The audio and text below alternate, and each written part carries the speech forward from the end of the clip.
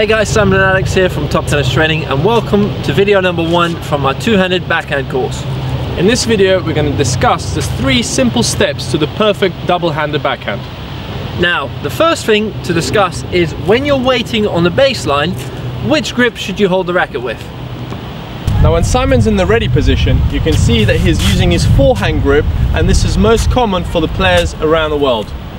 The top hand, so it's his left hand, is on top of the racket, it's near the throat of the racket, and some players vary it depending on how they hit the ball, how high or low it is.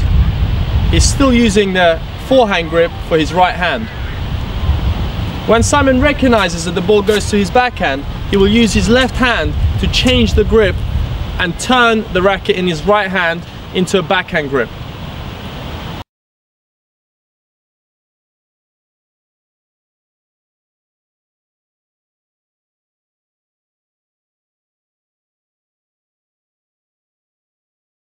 The grip will then become a chopper grip with the right hand. Imagine holding a hammer or trying to hit the bottom side of your racket onto the court. Now you have the chopper grip. The top hand will slide down the racket and become a left-handed forehand. So the left hand will be from the side of the racket, giving an impression of a left-handed forehand, a semi-western grip on the left hand. So it's the chopper grip with the right hand and the semi-western grip with the left hand. And to make it easier, we're going to come from the top of the racket with the right hand and from the side of the racket with the left hand. Again, the left hand will slide down the racket the moment Simon recognizes that the ball is going to his backhand. That left hand will make the necessary turn to get his right hand into the right grip and then make the ready adjustment to be able to hit the shot. Now let's go back to our 3 simple steps that we're going to talk about today. So step number 1 is recognizing where the ball is going, and as soon as you recognize that it is coming to your backhand, that first step is getting this right shoulder turned sideways onto the ball and moving to the ball sideways on.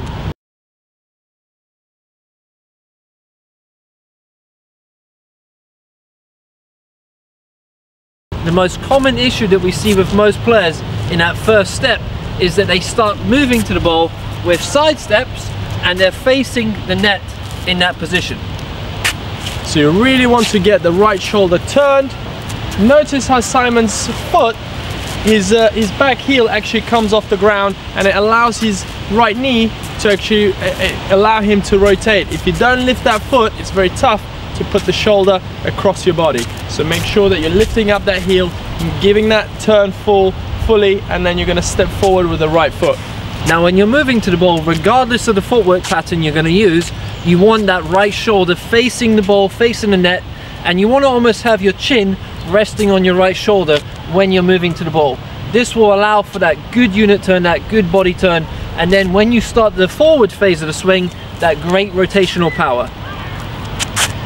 Remember guys, the power comes from the trunk of the body, so you want to use as much of that as possible, and what better way to do that than to actually pre-turn, so you wind up the coil, you coil up, and then you release when you're hitting it.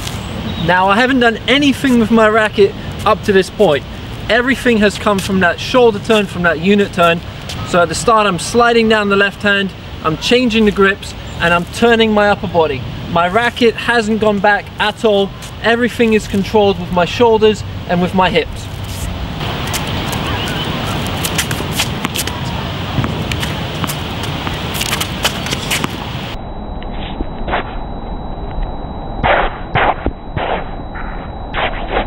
Step number 2, reaching the power position.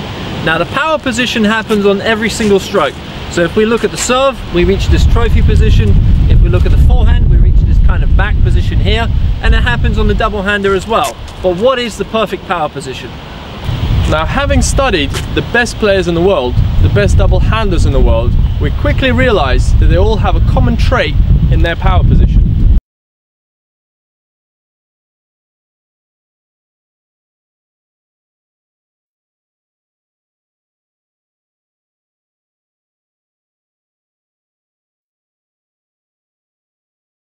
Now if you watch players like Agassi and Djokovic, most of them have the racket head much higher than the grip level when they're waiting in that power position. Some players do have the racket down, but that doesn't generate the leverage that you want. So we recommend reaching a position where the racket head is higher than the grip level, as you can see in this position here, and the strings are neither closed or open. They're in that neutral position, and a very easy way to find this is by doing a very simple drill. Now, a very good drill to find that perfect power position is by doing this. Alex is starting in the ready position. He's going to turn his upper body and his hips. As you can see, he's using that right knee as well to pivot. The right foot is coming off the ground, so the heel of the right foot is coming off the ground to help with that pivot and that turn. Now you can see the racket head is much higher than the grip and the strings are flat against the fence. This is exactly what we want to reach in that power position. And you can repeat this process over and over again until you start feeling confident that you can reach that position without having to have the guide of the fence or wall. So Alex might do 20 or 30 of these until he starts feeling confident, and then we'll do it on the court. And once he starts reaching that position, I'll start hand feeding him balls so he can hit the ball from that position. Now, to show the effectiveness of this drill, we're going to have Alex demonstrate. Now, I'm a single-hander, and for this drill I'm going to be using my two-handed backhand, which I haven't practiced, I haven't hit before, and I'm going to see how quickly I can improve hitting it with this drill. So the focus of this drill is recreating step 1 and step 2. Once Alex is in that power position, I'm going to then hand feed the ball, because the hand feed is much easier to control than feeding from the other side. So if you're training with a coach or you're training with a training partner, make sure that they hand feed you once you reach that power position.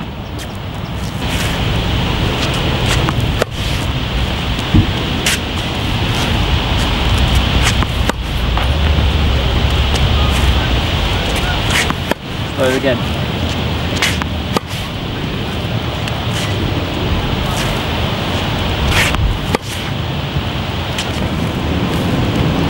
Now, this drill is all about Alex reaching that power position time and time again and working from there. I'm not worried about the result, I'm not worried about the finish of the stroke. Only when he reaches that position do I feed the ball. Now Alex, how did you feel that was helping your two-hander? Well, I felt like I could get into the right position, and I knew what I was doing, and I felt like I had the time because obviously Simon was feeding once I got into that position, so I was able to repeat the process in my mind, which made it a lot easier. So I feel like now I can actually start from the ready position and see if I can recreate it while the ball is flying to me.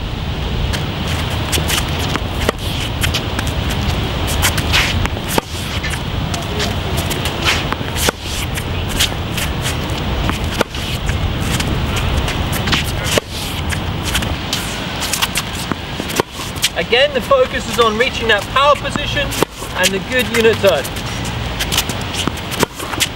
As you can see, the backhand's already looking very good, just with those two simple steps. Perfect. Step number 3, the finish. Now, two important things to focus on the finish is number 1, finishing over your right shoulder if you're a right-handed player. Now, it's important to keep this left elbow nice and high. So an easy way to remember, especially for little kids that I coach, is to have the elbow nose height. So make a big nose with your elbow. Make a big nose with your elbow when you're finishing on the backhand. Now, the second important part to focus on the finish is to have this back foot, this is my left foot if I'm a right-handed player, coming around to aid the recovery and help with the rotation. Now, depending on where Simon is recovering on the court, depending how far up the court he is, will depend on how far that left foot travels around. Now, if he's more up the court and has to recover backwards, that left foot will come around much more. Now he's able to push back. If he's wanting to recover sideways, the foot will come to the side. And similarly, if he's moving backwards, he's now leaving that foot behind, so then he can recover forward and be in a good position for the next shot. It's important to remember that the left foot has to come around only after the stroke. Only after I make contact and I've completed my rotation will that left foot come around to complete and help me rotate. What I don't want to do is to just pivot on that foot and rotate while I'm moving my left foot. This will encourage me to just pivot on my foot. It will take away the use of my obliques, the use of my sides, the use of my rotation, and that's one of my primary power sources. So if you take that out of the shot, you'll feel weak and you'll probably end up missing the ball.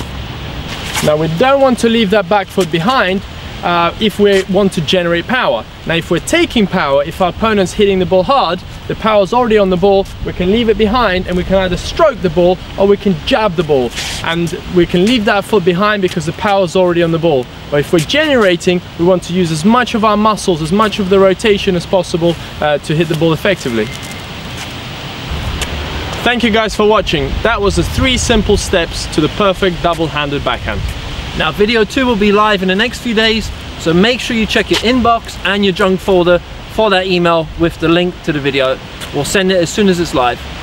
Now if you haven't done so already, do subscribe to our channel as well. All the best guys, and see you soon.